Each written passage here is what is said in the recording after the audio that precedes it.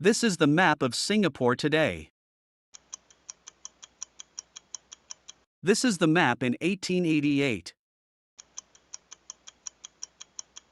In the past 60 years, the space-scarce country has expanded by nearly 25%, from 581.5 square kilometers in 1960 to 725.7 square kilometers in 2019.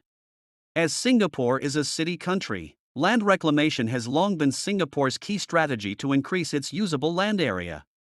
Singapore, a global financial hub, renowned for its skyline, bustling ports, and innovative urban planning. But this island nation's journey to becoming a metropolis was not just about building upwards but also outwards, onto the sea.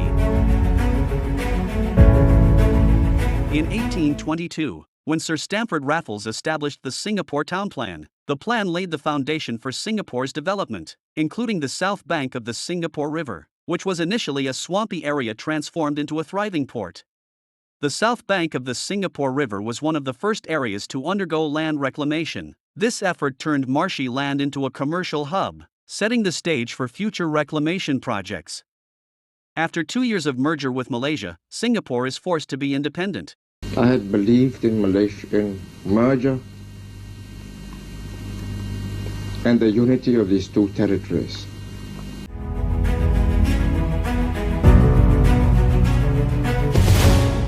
Singapore faced a big challenge that they have to survive without a hinterland. The size of Singapore is only 581.5 square kilometers. This is even smaller than a small district in Malaysia. The founding father, Mr. Lee Kuan Yew, realized that the Singapore is so vulnerable that they need to plan much more ahead to develop Singapore.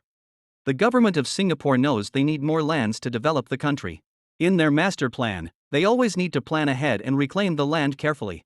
Several projects involved the land reclamation are carried out since independence until today. At Kallang, 100 acres of land have been reclaimed from the sea. Construction of 4 10-story blocks of flats to house 900 families is already in progress. Soon, playing fields, markets and schools will be built here. The Great Reclamation Project along Singapore's southeastern coast, undertaken by the Housing and Development Board, HDB, was the first major post-independence land reclamation effort. Beginning with a pilot project in Badak in 1963, the official work started in 1966 and spanned 30 years, divided into 7 phases. The project cost $613 million, with fill materials sourced from Siglap Plain, Badak, and Tampines. The reclaimed land primarily served commercial and residential purposes, resulting in housing estates like Marine Parade and Kat Ong, accommodating about 100,000 residents. The East Coast Parkway was built to connect these areas to the city, alongside a linear park for recreation. Today, East Coast Park spans 185 hectares and features a 15 kilometers beach. In 1970s, Singapore's ambitions grew even larger. The Marina Bay project began, aiming to extend the central business district and create a new urban space. The land reclamation project commenced in 1971 and completed in 1994. Total 360 hectares of land were reclaimed at bayfront to create the shore profile of Marina Bay that we see today. Today, the iconic Marina Bay sands and gardens by the bay are stand on this prime reclaimed area. In the mid-1970s, Singapore faced a critical decision. Paya Lebar Airport, operational since 1955, was struggling to handle the growing air traffic. Expansion seemed necessary, but the inherent limitations of Paya Lebar prompted a search for alternatives. By the mid-1970s, it was clear that Paya Lebar Airport would not be able to cope with the growing traffic for much longer. The proposal was to expand Paya Lebar Airport, but Singapore's founding father, Mr. Lee Kuan Yew, felt its location near the city center would lead to increased noise and air pollution. Despite the challenges, the decision was made. In April 1975, while Lee was in Washington, the Singapore government decided to proceed with the Changi project. Site preparations began in June 1975. The project involved demolishing 558 buildings, exhuming 4,096 graves, and clearing nearly 200 acres of swampland. Most notably, 870 hectares of land had to be reclaimed from the sea. On July 1, 1981, Changi Airport welcomed its first commercial flight, SQ-101 from Kuala Lumpur. Changi Airport began operations with 1 terminal and 1 runway. Over the years, it expanded, adding more terminals and improving connectivity. Today, it stands as a testament to Singapore's vision and resilience. In 1990s, the Singapore government aimed to reduce reliance on trade and services by building a strong industrial base. The petrochemical industry was identified as a key sector for economic growth. Jurong Island is strategically located along major shipping routes, making it an ideal location for petrochemical and refining activities. Began in 1995, a massive reclamation project to amalgamate several smaller islands has transformed into a critical hub for the nation's petrochemical industry. The reclamation works were completed in 2009, well ahead of the original schedule. The reclamation of Jurong Island was a monumental task. Initially planned as a three-phase project costing 7 billion Singapore dollars, it ultimately expanded into multiple phases to accommodate growing industrial needs. By 2015, ongoing reclamation efforts had enlarged Jurong Island to approximately 3,200 hectares. Jurong Island's strategic design and infrastructure have made it a powerhouse for Singapore's economy. In 2023, 1.1 million barrels of oil refined per day on Jurong Island, making Singapore one of the top 10 exporters of refined oil products in Asia. The petrochemical and specialty chemical industries on Jurong Island form a key pillar of Singapore's economy, contributing about 25% of the nation's total manufacturing output, which was worth 113.1 billion Singapore dollars in 2022.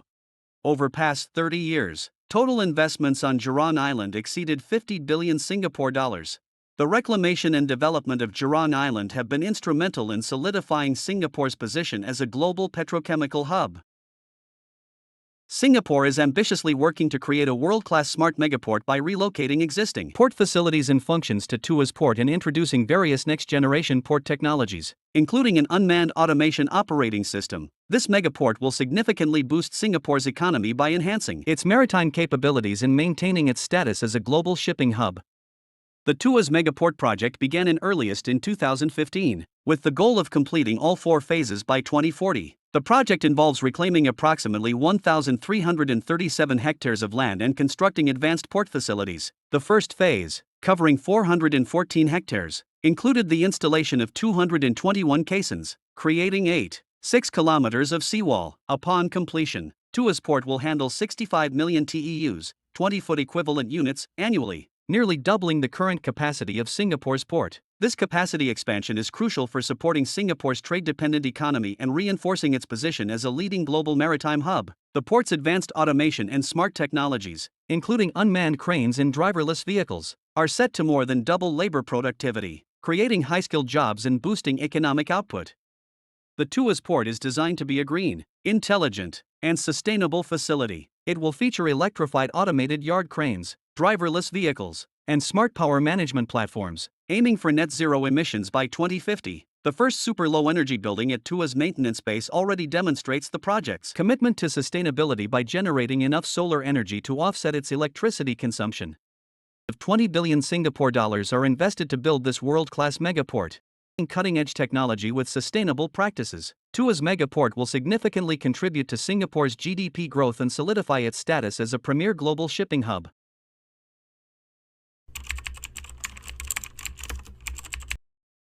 Pulau Tekong has been used by Singapore Armed Forces (SAF) for military purpose since 1990s. The extensive land reclamation project include the Pulau Tekong Kechil and the surrounding small islets, is estimated to enlarge the whole area from original 6,178 acres to 18,530 acres.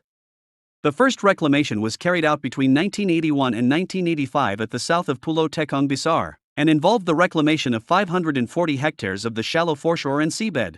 There is Concept Plan 1991 by the Urban Redevelopment Authority (URA), earmarked parts of Pulau Ubin and Pulau Tekong for high-density housing to accommodate a higher population in the future. The URA projected that the islands would be linked to the mainland by the mass rapid transit system. In a bid to create more land for military training purposes, Singapore is adopting an innovative land reclamation method at the northwestern tip of Pulau Tekong. This new method, known as impoldering, will add an area equivalent to 2 Toa Payoh towns. The project commenced in 2017 and estimated completed in end of 2024. Impoldering involves constructing a dike around the area to be reclaimed and draining the water from within, forming a low-lying tract of land called a polder. This method contrasts with the traditional technique of infilling with sand. The dike, which will be 10 kilometers long, up to 15 meters wide at its crest, and 6 meters above sea level, will act as a buffer against the sea. Water levels within the polder will be controlled using drains and pumps. Significant savings in sand and construction costs. The government might adopt poldering for future reclamation projects. Singapore has unveiled potential plans for a significant reclamation project along its east coast, known as Long Island. Announced on November 28, 2023, the project aims to reclaim around 800 hectares of land, roughly the size of over 1,000 football fields. Technical studies for this project will begin in 2024 and span the next few years. Long Island is envisioned to be twice the size of the downtown Marina Bay area, extending from Marina east to Tanamera. This new land tract will create an enclosed water body that will eventually become a freshwater reservoir situated in front of East Coast Park. The project will also add approximately 20 kilometers of new coastal and reservoir parks. Long Island was first proposed under Singapore's 1991 Concept Plan, the nation's second strategic land use and transportation plan. The Long Island project is primarily driven by the need for coastal protection. Studies predict a rise in mean sea level of up to 1 meter by 2100, which, when combined with high tides and storm surges, could result in sea levels rising by 4 to 5 meters. This poses a significant threat to low-lying Singapore shorelines. With about one-third of Singapore, including East Coast Park, being less than 5 meters above mean sea level, the impact of high sea levels is already evident. For example, parts of East Coast Park experienced flooding in 2018 and January this year due to rain and high tides. Long Island addresses two critical needs: tackling rising sea levels and creating more space for recreation and waterfront living. Waterfront land is particularly valuable, offering unique lifestyle and recreational opportunities. While the residential portion of Long Island may not be extensive, it is expected to include up to 60,000 private and public properties. The land supplied by Long Island could meet Singapore's long-term needs for the next 30 to 50 years. Long Island can be divided into three segments. The first, connecting to Marina East, could naturally extend the future Marina downtown central business district, likely designated for commercial and residential developments. The middle segment, parallel to East Coast Park, could focus on premium water and recreational activities. The segment connecting to Changi Airport in Terminal 5 could support Changi's transformation into a hub for logistics and aviation-related industries, extending the waterfront district and Changi Business Park. Land reclamation in Singapore allowed for the development of various key infrastructures and urban areas such as Central Business District, Marina Bay, Changi Airport and East Coast Park. It generates the economic growth of Singapore, provide more space for residential and commercial purposes. Despite its successes, land reclamation in Singapore faces challenges such as rising sea levels due to climate change and the need for sustainable development practices. The government continues to invest in innovative solutions like vertical and subterranean space usage to optimize land use further.